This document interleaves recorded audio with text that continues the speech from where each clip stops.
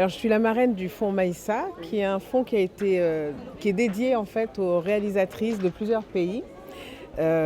Sénégal, Guinée, Guinée-Bissau, Cap-Vert. Et c'est un fonds qui est destiné en fait à soutenir ces réalisatrices dans leur travail d'écriture et de développement de leurs films, que ce soit un film de cinéma ou un film pour la télévision, une série, un court-métrage, voilà.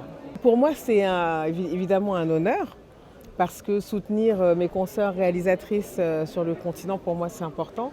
Euh, je, je constate partout où je voyage, enfin, déjà même dans l'endroit où je vis, qui est la France, qu'il y a de grandes inégalités entre les femmes et les hommes en ce qui concerne les accès au métier du cinéma.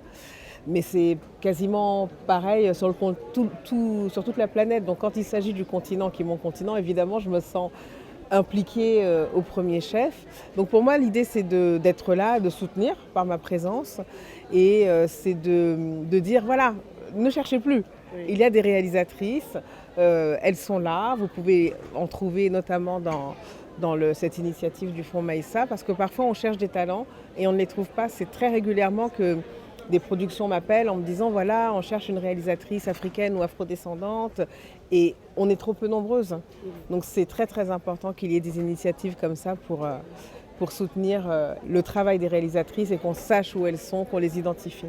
Oui, je suis très très fière et j'ai hâte de découvrir le film Une si longue lettre. C'est une œuvre, d'abord le livre qui est absolument incroyable, qui est vraiment un chef-d'œuvre de la littérature, qui est un classique de la littérature sénégalaise. Et j'ai été moi-même la voix.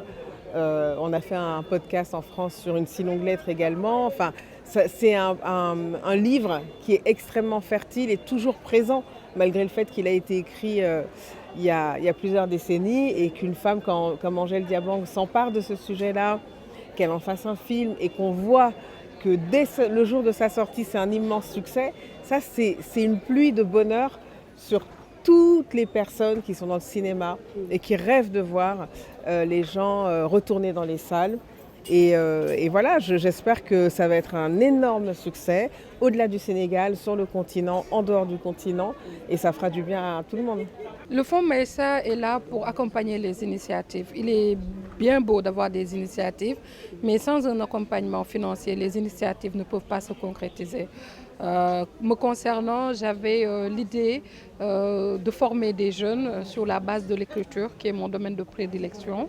Et le Fonds Maïssa m'a permis de créer une Writers Room où j'ai pu accompagner des talents à se découvrir, à se former, se perfectionner, jusqu'à proposer en fin de formation des projets qui aujourd'hui peuvent être tournés si un producteur met de l'argent sur les projets.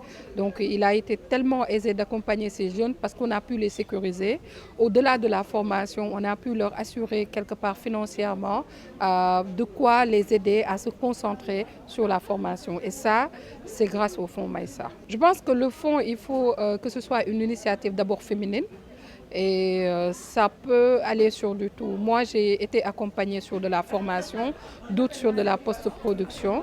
Donc, il faut à la base que ce soit une femme ou qu'il y ait quand même beaucoup de femmes qui soient autour du fonds.